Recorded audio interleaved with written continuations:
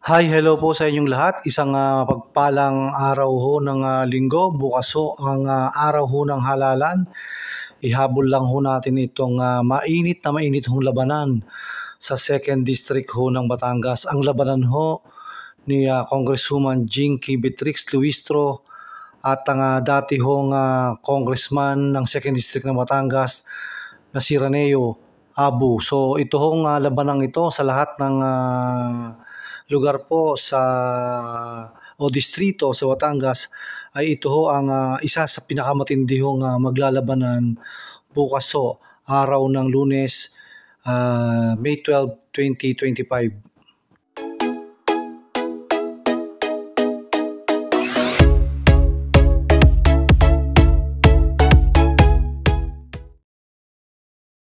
So yun nga ho, napakainit ho ng labanan sa 2nd District of Batangas. Ayan ho, makikita nyo dyan na talagang napakatindi ho ng kampanyahan. Parehas ho na marami silang supporters na sumasama at pag dumadating ho sa mga kampanyahan ay talagang napakadami hong tao. Ang bawat panig ho, maging si kandidatong Raneo Abu at si Jinky Beatrix Luistro ay talagang napakarami hong supporters. So magkalaban ho ang berde at saka asul ay talaga ho na mga kaabang-abang ho ang mangyayari hong resulta sa darating na pagtatapos ho ng eleksyon. So simula ho bukas ay magkakaroon ho ng eleksyon at malalaman ho yan later on ho pag nagbilangan na ho ang mga boto na nanggaling sa iba't ibang bayan na nasasakupan ho ng 2nd District of Batangas. Para po sa kaalaman ng lahat, ang mga bayan ho na nasasakupan ng 2nd District of Batangas ay ito ho yung Bawan, Lubo, Mabini, San Pascual, San Luis, at ang huli po ay ang bayan ng Tingloy. So yan ho ang mga bayan na nasasakupan ho ng ikalawang distrito ng Batangas.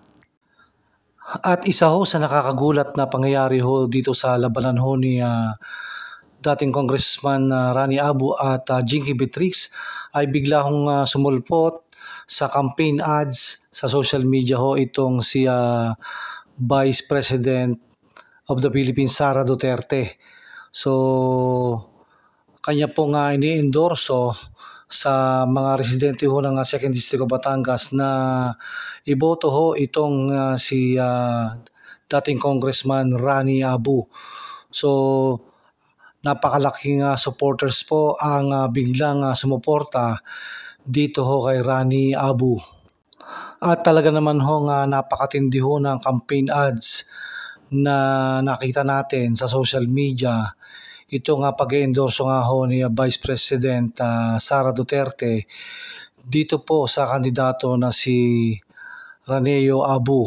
So napakatindi po talaga ng campaign ads na yan at ang lahat ho ay nagulat kung bakit biglang sumuporta itong si Vice President Sara. Matatandaan po natin na nung mga nagdaang mga buwan ho ay nagkaroon ng pag-uusisa dahil nga ho doon sa tinatawag na war on drugs na kung saan ay first involved itong si dating President Rodrigo Duterte. So yun ho, nagkaroon ng hearing sa House of Representatives na kung saan ho ay isa ho si Congresswoman Jinky Beatrix Luistro ang nagtatanong ho doon ho sa mga hearing na nangyari na yan. At bukod ho dyan ay meron din hong hearing na nangyari sa pag-uusisa naman ho ng mga budget para po sa departamento ng DEX na kung saan ho ay dumalo din ho sa pagdinig na yan itong si Vice President Sara Duterte at isa rin ho si Congresswoman Jinky Beatrix Luistro ang nagtatanong ho doon ho sa pag-uusisa na yan dyan ho sa hearing. At sa darating pong impeachment trial para po kay Vice President Sara, Isa po si Congresswoman Jinky Luistro na lawmakers ang naatasan po para po siya po ang magpo-prosecute kasama po ang kanyang mga ilang pang mga kasama ho sa House of Representatives. So sa tingin ho ng mga political analysts ay isa din ho ito sa dahilan kung bakit biglang pumanig ho at biglang todo suporta si Vice President Sara Duterte dito po kay Congressman o dating Congressman Raneo Abu. Ayon po sa mga political analysts ay yun po siguro ang naging dahilan kung bakit itong si Vice President Sara Duterte ay talagang binigay ang suporta dito kay dating Congressman Rani Abu. Ito pong si Congresswoman Jinky Luistro ay nagsimula ho sa larangan ng politika. Noong una ho ay siya ay administrator ng nung ang kanyang asawa si Noel Luistro ay mayor pa ho ng bayan ng Mabini at pagkatapos ho noon ay kumandidato hong congresswoman o representative itong si Jinky o Attorney Jinky Beatrix Luistro. Balikan lang ho natin yung dating resulta ho ng 2022 election na kung saan ho ang nakalaban ni Congresswoman Jinky Beatrix Luistro ay yung anak ho ni Congressman Rani Abu na si Reyna Abu. At sa labanan hong yan ay nakakuha ho si Jinky Beatrix Luistro ng botong 71,832 samantalang si Dr. Reyna Abu ay nakakuha ho ng 68,208. So lumalabas ho na lamang ng 3,624 votes itong si Congresswoman Jinky Beatrix Luistro. So kung titingnan po natin ay hindi po masyadong malaki o kalakihan ang kalamangan ho ni Congresswoman Jinky Luistro laban ho dito kay Dr. Reyna Abu nung naglaban ho sila noong 2022 election. Si dating Congressman Rani Abu ho ay hindi ho nakalaban noong mga panahon na yon sapagkat ho siya ho ay nakatatlong termino na ho noong taong 2022.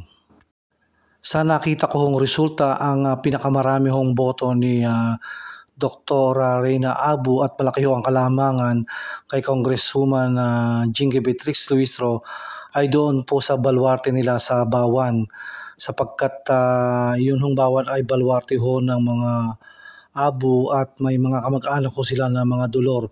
So sa ibang lugar ho ay sa 5 bayan ho out of 6 sa 2nd District of Batangas ay doon ho lumamang itong si Congresswoman Jinky Beatrix Luistro.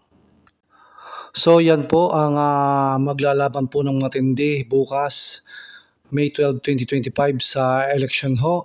So kaabang-abang ho ang magiging resulta nito kung sino ho talaga ang papalarin o kung sino ho talaga ang mas makakakuha ng maraming boto pagkatapos makuha ang lahat ng resulta sa lahat ho ng 6 na bayan ho na nasasakupan ng 2nd District o Batangas. So yan ho ang ating aabangan kung sino ho ang papalari na maupo sa House of Representatives.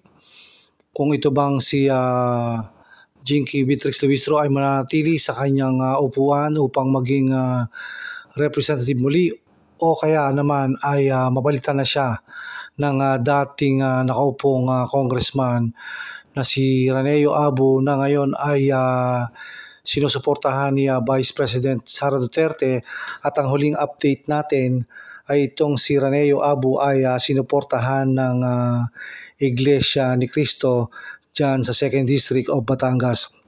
So napakalaki pong impact nun dahil kapag sinuportahan ka ng Iglesia ni Cristo ay medyo malaki-laki ang iyong pag-asang manalo sa isang lugar.